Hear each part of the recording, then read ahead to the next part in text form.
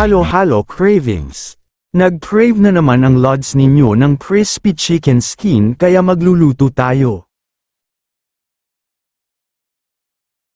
Prepare po tayo ng 2 itlog at pang 1 kilo crispy fry at cornstarch. Paghaluin natin yung crispy fry at cornstarch, sunod naman ilagay natin yung 2 itlog sa chicken skin at pwede na nating i-coat. At yung chicken skin at maglagay tayo ng mantika sa pan at pag uminit na yung mantika pwede na nating ilagay yung chicken skin hanggang mag golden brown. Subukan tong recipe na ito na siguradong magugustuhan ng pamilya mo. Salamat sa panunood.